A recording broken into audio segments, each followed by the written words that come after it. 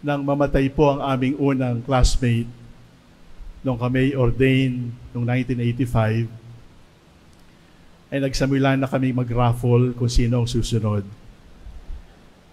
Pero wala pa pong nananalo sa susunod na raffle, kaya nagpasya po kami na magdiriwang na ng 40th. Kami hong batch ng 1985, sapagkat baka hindi na kami umabot ng 50th. Kasi po, humahaba na po ang anino sa likuran namin. Ibig sabihin po noon ay nakaharap na kami sa palubog ng araw. Kasi po ay umiikli na ang panahon para tuparin ang aming mga pangarap. Kumakapal na rin po ang aming albums at numinipis na rin po ang aming target dates sa mga strategic pastoral plans.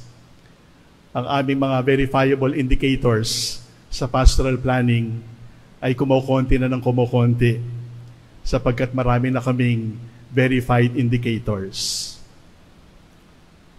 Kami po ay naririto sapagkat gusto naming sabihin sa inyo na hinubog kami ng San Carlos upang harapin kahit ang kamatayan, kahit anong oras. Tinuruan po kami ng San Carlos na die standing up ni Father Swanepoel. Tinuruan po kami ng San Carlos na die with your boots on, and die in combat, die fighting, die with courage. Bawal ang duwag. At kami po, mga magkakapatid na pari na naririto nagpapasalamat sa Diyos, ay alam naming bilang ng aming araw, bilang naming taon, sapagkat hindi na kami aabot ng 120th anniversary. Hindi na namin aabutin ang another 65 years ng aming buhay. Lampas na po kami sa midlife. At alam namin na ang kamatayan, pagkakasakit, maraming kirot sa katawan, ay nandoon na. At panalangin ko lang po, sana naman sa 40th anniversary namin bilang pari, ay luminis na ang gobyerno. Sana naman po, 40 years na ako. Nagsimula pa ako sa EDSA, katulad ni Bishop, katulad ng sinabi ni Cardinal Lambo. Sana naman po ay umangat na talaga ang buhay kasi ang gobyerno ay tapat. Sana ho ay wala nang mahirap sapagkat wala nang corrupt. At wish ko lang po, sana bago ako mamatay, mauna na yung mga corrupt.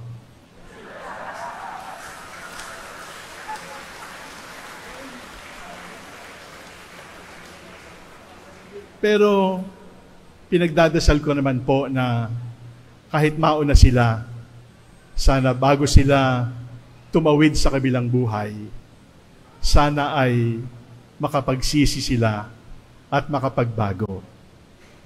Sapagkat ang summary po ng aming buhay, 40 years, ay yun din, pagbabago at pagsisisi. Gabi-gabi po, kaming mga pari, nagsisisi sa maghapong nasayang.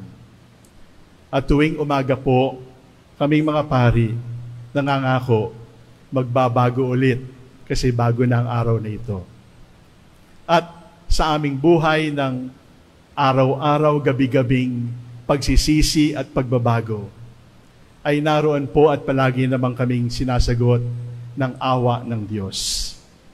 Ang ibig sabihin po, ang kwento ng aming pagkapari sa loob ng 40 years ay kwento ng pagbabago, ng pagsisisi, at pagsagot ng awa ng Diyos. Kaya po tayo mayroong pag-asa. Mayroong pag-asa sapagkat sa bawat pagbabago, sa bawat pagsisisi na ating ihandog sa altar, ay sinasagot tayo ng awa ng Diyos. 40 years ago, we were unworthy to receive the priesthood.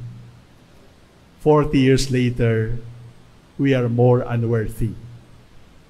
We have not grown in worthiness. We have not grown in suitability. We have not really grown. We have actually become worse. But God has been so merciful.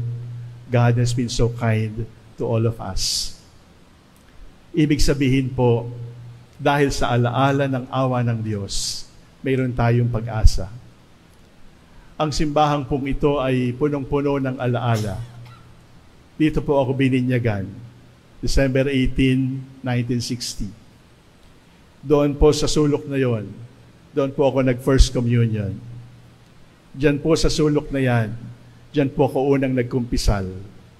Doon po sa sulok na yon, dati mayroong Nazareno.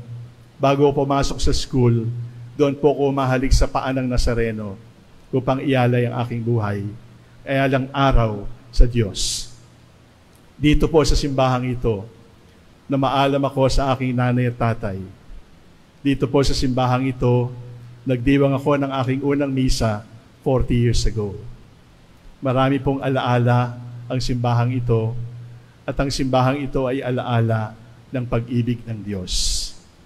At sa pagsasariwa ng alaala ng pag-ibig at awa ng Diyos, ano pa ba ang sasabihin natin kundi salamat po. Salamat po, Panginoon, sapagkat ang lahat ay biyaya. Salamat sa biyaya ng alaala. Salamat sa biyaya ng pag-asa. At salamat, nagbibilang pa rin tayo ng walang hanggang biyaya ng Diyos.